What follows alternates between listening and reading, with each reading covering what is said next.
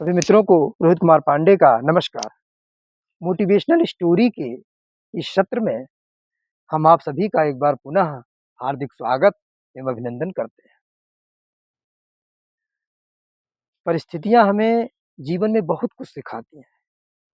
जब जीवन में समस्याएं आती हैं तो उन समस्याओं से भी बहुत कुछ सीखने को मिलता है। अगर समस्याएं ना आए तो कुछ सीखने को नहीं मिलेगा, और जब कुछ सीखने को नहीं मिलेगा तो हम जीवन में आगे कैसे बढ़ सकते हैं।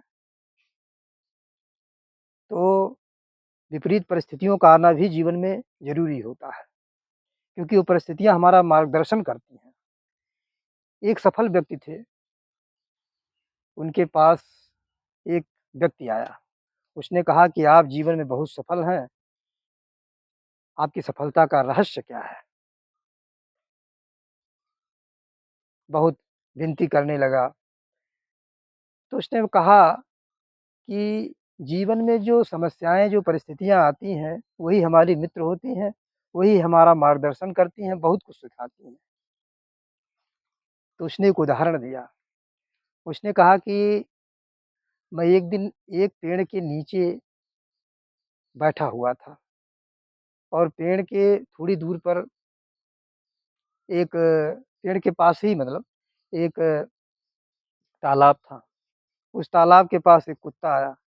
कुत्ता क्या करता, पानी में देखता तो उसको अपनी परछाई दिखती, तो उसे लगता कि यह दूसरा कुत्ता है, तो भौंकता, चिल्लाता, पीछे हट जाता। लेकिन उसे प्यास बहुत लगी हुई थी, प्यास भी बहुत लगी थी उसे, लेकिन समस्याएँ भी थी। समस्या यह थी कि उसे ये लग रहा था कि उस पानी में कोई कुत्ता है, तो उसे देख कर के वो भौंकता, पीछे हटता। कई बार उसने ऐसा किया। अंत में क्या किया, प्यास तो उसे लगी ही थी। अंत में वो कूद गया उस पानी में। तो उस व्यक्ति ने कहा कि इस कहानी से ये जो दृश्य मैंने देखा, उससे मुझे ये सीख मिली कि डर के आगे जीत है।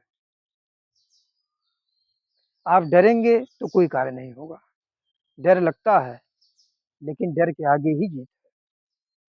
फिर उसने दूसरा वो दृष्टांत दिया। उसने कहा कि एक बार मैं किसी गाँव में गया, किसी काम से, तो मुझे रुकना था। तो रुकने के लिए कहीं जगह नहीं मिल रही। तो मैंने देखा गाँव में रात्रि का समय था, एक चोर किसी दीवार पर सेंध लगा रहा था।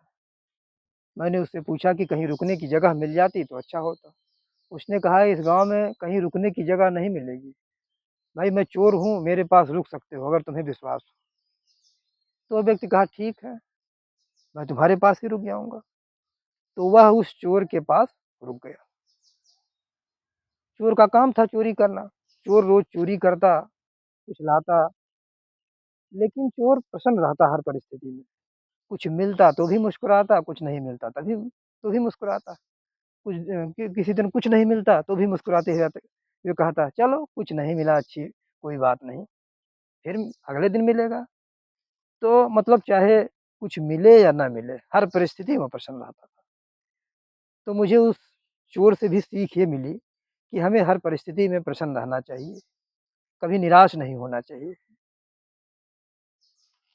फिर उसने एक तीसरा दृष्टांत दिया कि एक यूनिवर्सिटी में उसने बताया कि मैं एक सेमिनार में गया था, तो एक स्टूडेंट अपना जो है रिसर्च पेपर प्रस्तुत कर रहा था। तो उसके प्रोफ़ेसर उस रिसर्च पेपर को प्रस्तुत नहीं होने देना चाहते थे। उन्होंने कहा कि तुम रिसर्च पेपर तभी प्रस्तुत कर सकते हो जब मैं तुमसे एक परीक्षा ले लूँ। उसने कहा ठीक है। तो प्रोफ़ेसर ने एक मोमबत्ती लिया, उसे जलाया। उसने स्टूडेंट से पूछा ये बताओ कि ये लाइट कहाँ से आई? इसे मैंने जलाया, ये कहाँ से आई है? इसका उद्गम स्थल बताओ, ये कहाँ से आई है? अगर तुम बता दोगे तो तुम रिसर्च पेपर प्रस्तुत करने लायक हो। तो स्टूडेंट भी कम बुद्धिमान नहीं था, छात्र। उसने कहा कि ठीक है, मैं भी आपसे एक प्रश्न जानना चाहता हूँ। कहा ठीक है। तो जो उसने मोमबत्ती जलाया था, उसने उस मोमबत्ती को बुझा दिया और उसने प्रोफ़ेसर से कहा, "अब आप बताइए कि मैंने इसे बुझा दिया, ये कहाँ गई? ये लाइट अब कहाँ चली गई?" प्रोफ़ेसर असमंजस में पड़ गए। तो प्रोफ़ेसर को क्यों पता नहीं कि उन्होंने सीखना सीखना चाहा नहीं।